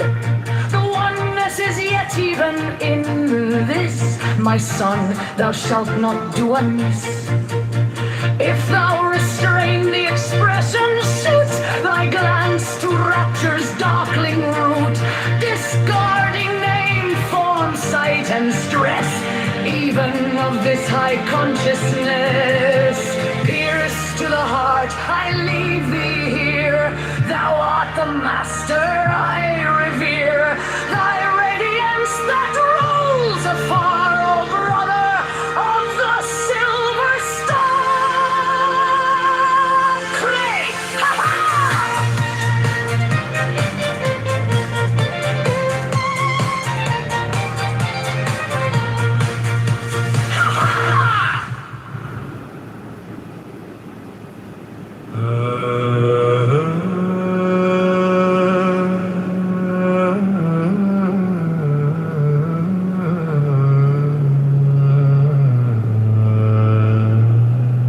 There is one light of the sun, though it is distributed over walls, mountains, and other things infinite. There is one common substance, though it is distributed among countless bodies which have their several qualities.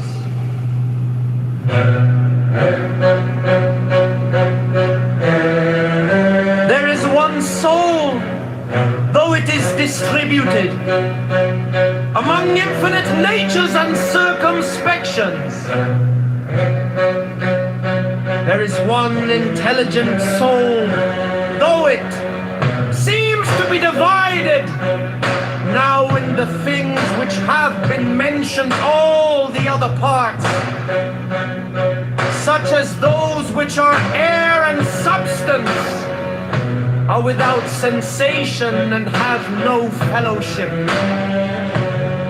And yet even these parts the intelligent principle holds together, and the gravitating towards the same. But intellect in a peculiar manner tends to that which is of the same kin, and combines with it, and the feeling for communion is not interrupted.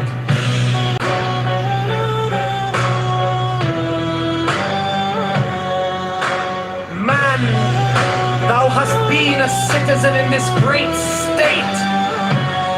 What difference does it make to thee whether for 5 years? For that which is conformable to the laws is just for all. Where is the hardship then? If no tyrant nor yet an unjust judge sends thee away from the state, but nature who brought thee into it, the same as if a praetor who has employed an actor dismisses him from the stage. But I have not finished the 5 acts, but only 3 of them. Thou sayest well, but in life the 3 acts are the whole drama. For what shall be a complete drama is determined by him who was once the cause of its composition, and now of its dissolution. But thou art the cause of neither the part then satisfied. For he also who releases thee is satisfied. When thou hast seen Saturn the Socratic, think of either Eutyches or Hymen. And when thou hast seen Euphrates, think of Eutychian or Silvanus. And when thou hast seen Alcaphron, think of Tropiophorus. And when thou hast seen Xenophon, think of Crito or Severus. And when thou hast looked on thyself, think of any other Caesar, and in the case of everyone do in like manner. Then let this thought be in thy mind. Where then are those men? Nowhere, or nobody knows where, for thus continuously thou wilt look at human things as smoke and nothing at all. Especially if thou reflectest at the same time that what has once changed will never exist again in the infinite duration of time. But thou, in what a brief space of time is thy existence? And why art thou not content to pass through this short time in an orderly way? What matter and opportunity for thy activity art thou avoiding?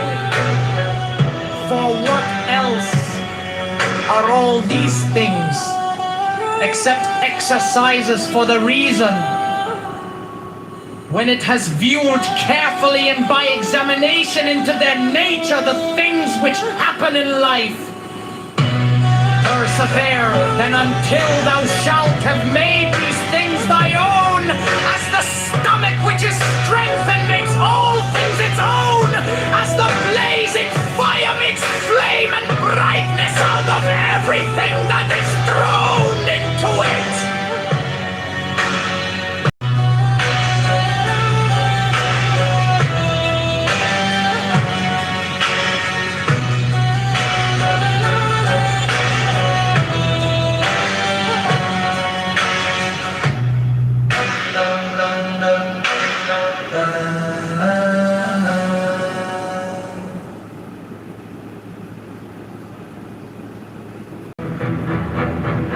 There are 7 keys to the great gate, being 8 in one and 1 in 8.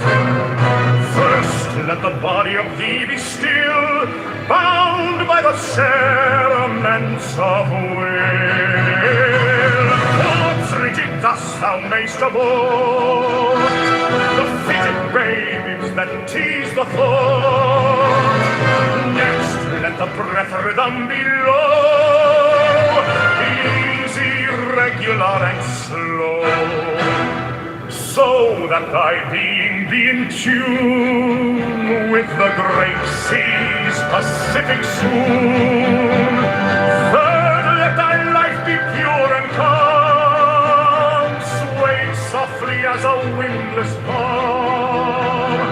Fourth, let the will to live be bound to the one love of the profound.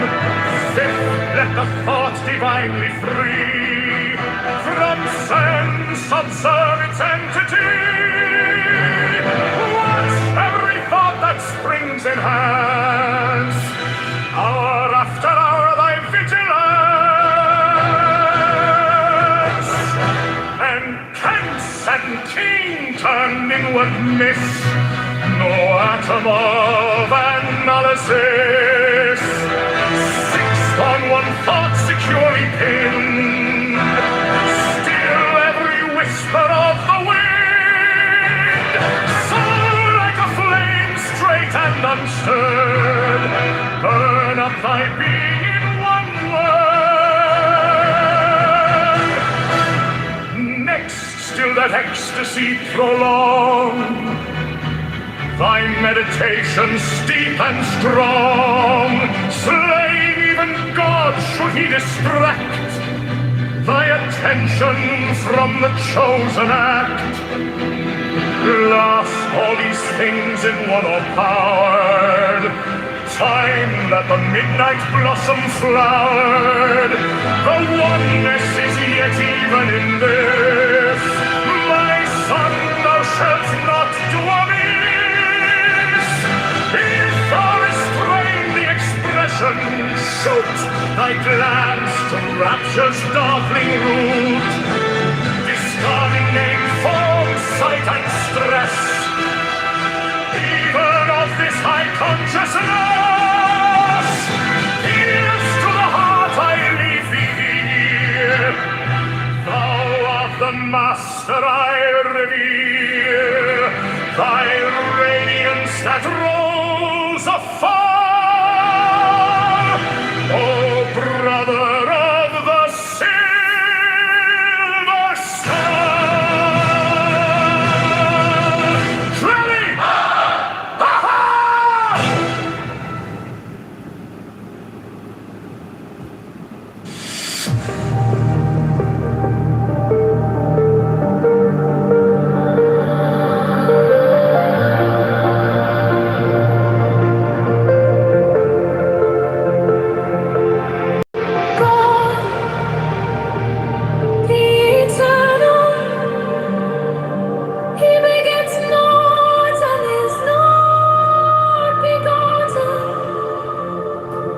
Nor is there like unto him.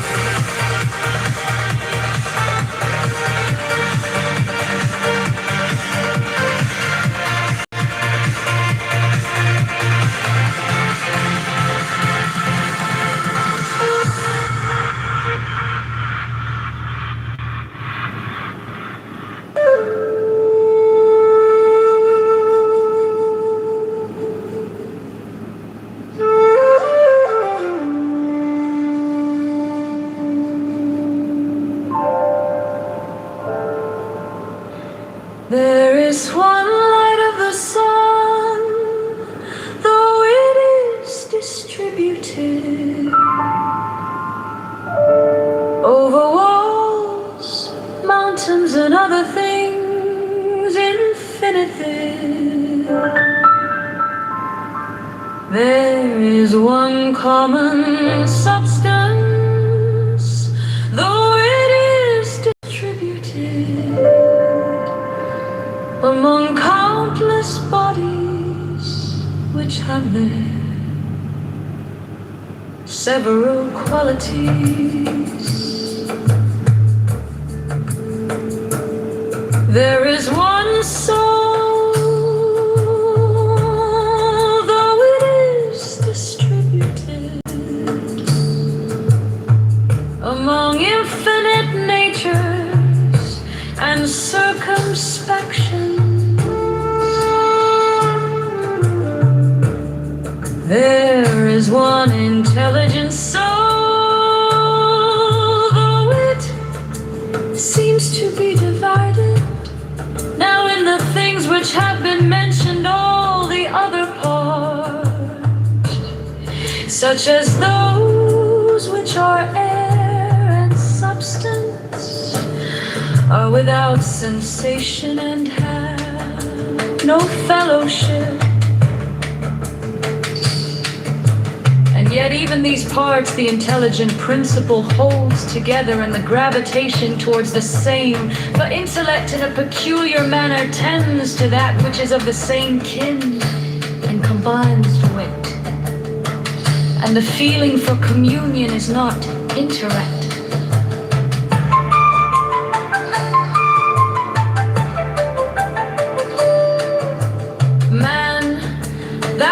Been a citizen in this great state. What difference does it make to thee whether for 5 years or 3? For that which is conformable to the laws is just for all. Where is the hardship then? If no tyrant nor yet an unjust judge sends thee away from the state, but nature who brought thee into it, the same as if a praetor who has employed an actor dismisses him from the stage. But I have not finished the 5 acts, but only 3 of them. Thou sayest well, but in life the 3 acts are the whole drama. For what shall be a complete drama is determined by him who was once the cause of its composition, and now of its dissolution. But thou art the cause of neither depart than satisfied, for he also who releases thee is satisfied.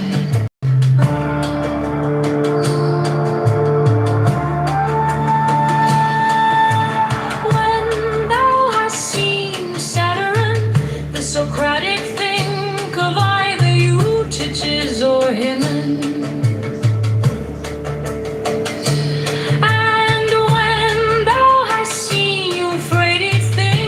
Eutychion or Sylvanus. And when thou hast seen Alpefron, think of Tropaeophorus. And when thou hast seen Xenophon, think of Crito or Severus.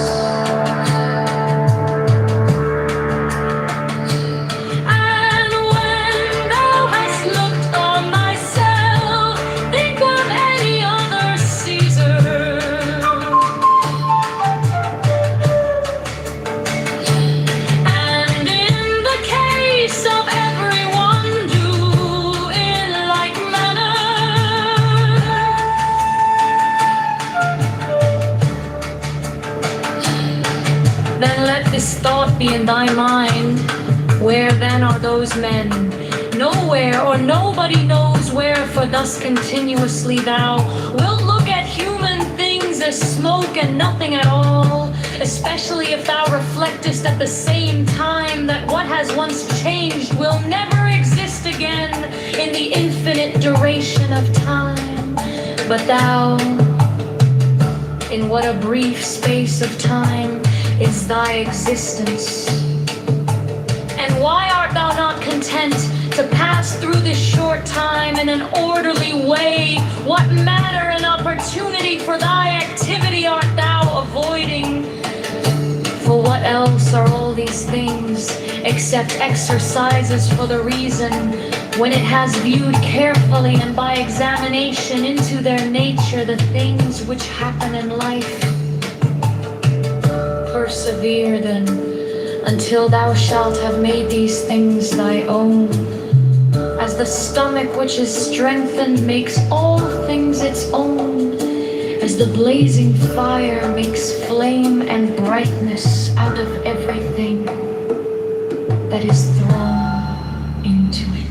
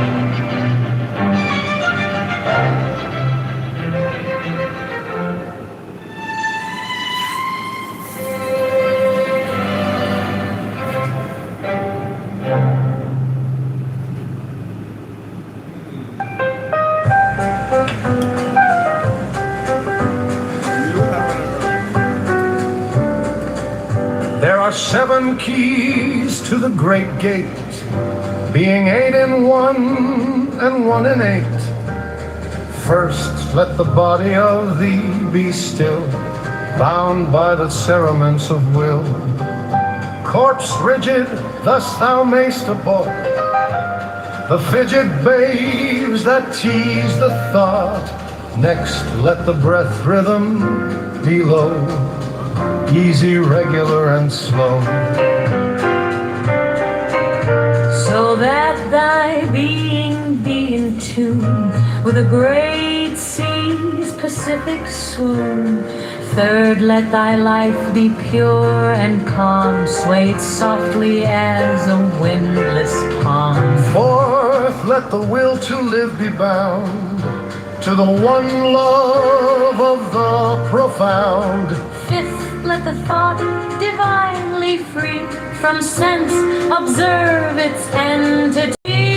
Watch every thought that springs, enhance Hour after hour thy vigilance. intense and keen, turned inwardness, no atom of analysis. Sixth, on one thought securely pinned.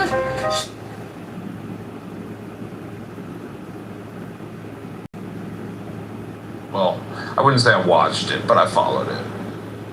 The Patriot. Fucking love me some effort. Did you see when his lawyer put the Randy, the cop, the Sheriff Randy, on the stand, and then Randy's ex-wife on the stand, and his lawyer, in the most comedic way possible, put on an absolute clinic on how to deal with bullshit allegations and it was funny as hell, man. Wait, so I don't know about why did he have a trial? What did he do? So I think it was one of Afro Man's, like his ex-wife or ex-girlfriend or something, basically called the police and had them investigate him for human trafficking and or drug trafficking. And so in the middle of the night, one night, Afro Man's not home. The police break into his house, commit some property damage in the process, take $4,000 or so worth of cash, and they decide to feast on some of his baked goods. All right. Anyways, they didn't find any drugs. They didn't find any people. He sues the police department for the $4,000 that they took, and they give, or at least he requested it back, and they gave most of it back, but they shorted him, according to his testimony, $400. So he sues them for the $400, and in the process starts putting out a bunch of videos about the police department and how corrupt it is, and how one of the cops, his ex-wife, divorced him because she found out that he was at the center of a big old kerfuffle in another police department. He would get called to drug scenes where like people were like on meth or crack and whatnot, and he would show up to these like cheap budgeted hotels, motels, and things like that, and he would literally fuck the crackheads and meth heads just for the sake of like not arresting them. That was like his little way of getting some extra pussy. He would fuck crackheads and then not arrest them. And his brother is actually I don't know if he's definitely guilty or just alleged sex offender, child trafficker or some shit. I don't know. The whole fucking case is crazy. I gotta go look up on it more because I'm blurry on the details at this point, but it's just an incredible case. An Afro man putting out songs the whole time, dealing with the police and expressing his First Amendment freedom of speech, and then dealing with all the bullshit allegations of slander and shit like that. It's just epic. That's awful. It was Yeah, awesome. I'm not really into Afterman, but I know that Joe is, and he thinks that his lyrics are really clever. Oh yeah, Colt 45 is just a legendary song. Colt 45 and 2 zigzags, baby, that's all we need. I don't smoke weed though. There was a country artist that redid Colt 45 recently. You would like that one in. Who redid it? Let me double check. I think Cooper Allen and Rashad. Rashad's like